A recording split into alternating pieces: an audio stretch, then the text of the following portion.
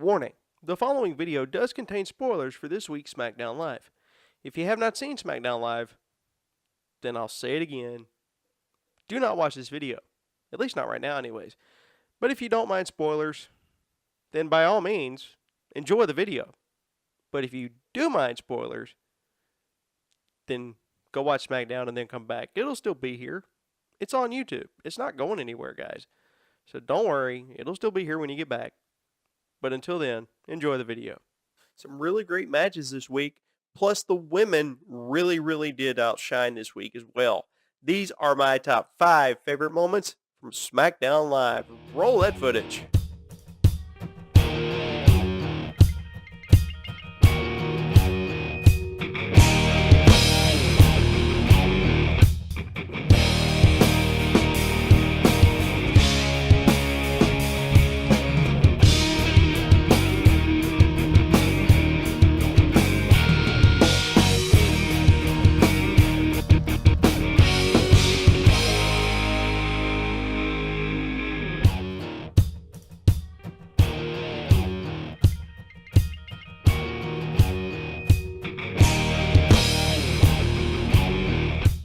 How you doing, everybody? It's Brandon Dudechair Craven coming at you this time with my first edition of my SmackDown Live Top 5 for 2019. This one is for January 22nd, 2019. So without further ado, let's get right into the top 5. My number 5 this week is Becky Lynch, Asuka, and Charlotte and their promo that opened SmackDown Live this week. This was a really good promo by everybody, and I think Charlotte honestly was just out there to stoke the fire and to stir the pot for Asuka and Becky going into Royal Rumble this Sunday.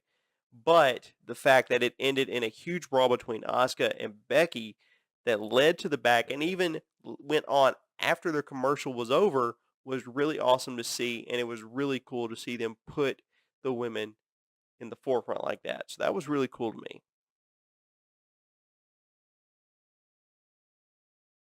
Coming in at number 4 this week, Daniel Bryan and AJ Styles brawl that was supposed to be their face-to-face going in for this Sunday.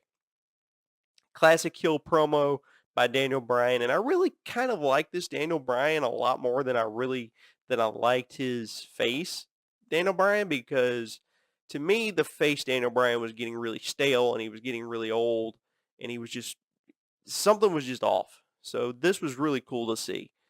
And it's always good to see a character evolve into something else and to see him evolve into this humanitarian, I don't really know what to call it. Humanitarian, I don't know, holier than thou character is really nice because it kind of plays off Daniel Bryan being a vegetarian and being for you know loving the earth, and it really plays into that, and I really like that.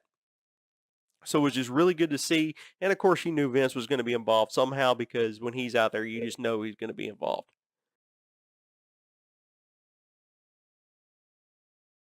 Mustafa Ali versus Samoa Joe. Now, I know this really wasn't a match because I think Samoa Joe jumped him again. But I am excited to see where the WWE takes Mustafa Ali now that he's on SmackDown. He was on 205 Live, which he was fantastic on there too.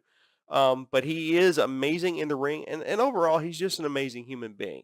If you see him on social media and all this other places, he's just an amazing human being that is just a really good guy, and I can't wait to see what WWE does with him.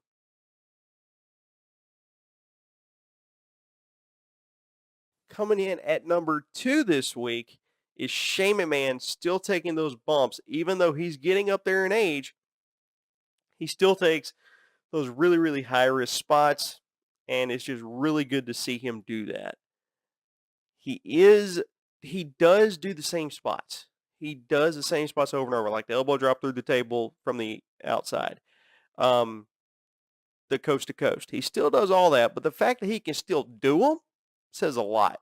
So the fact that he's actually competing this Sunday at the Royal Rumble with Miz, and he's competing against a tag team like The Bar, that says a lot. And I think it's going to be a really good match. Shane can still go. Even though he's getting up there in age, he can still go.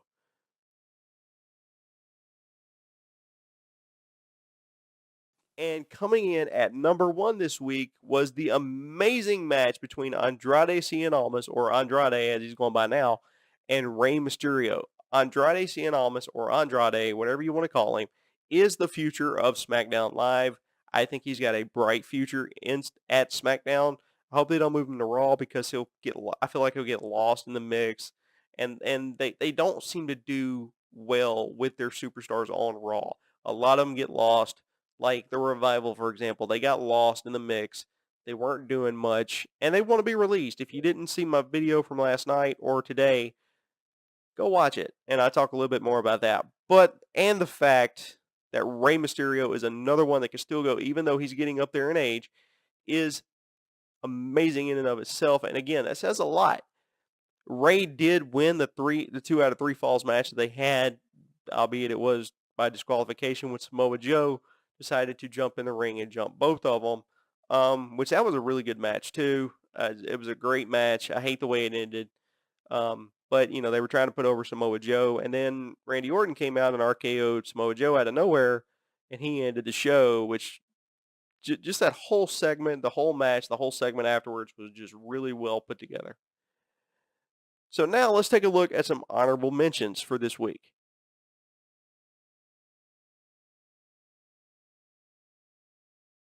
My first honorable mention for this week is the New Day. No matter where they are in the show, no matter how much time they're given, they'll always make it count. It was a good backstage promo talking about the Rumble this week, talking about Kofi Kingston's spots in the Rumble. He always makes sure he gets some good spots in there. So it was just a really, really good spot this week for the New Day, and they always make it count wherever they are in the show. Now let's talk about some pros and cons for this week.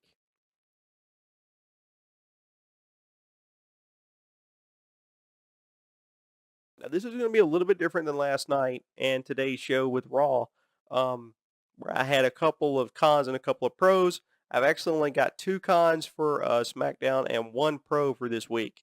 So my first con for this week is, unfortunately, Shane and Miz. I hear this may lead to a heel turn for Shane down the road, but this just their whole tag team tandem doesn't really interest me that much. And it sucks because I think The Miz is capable of a lot more.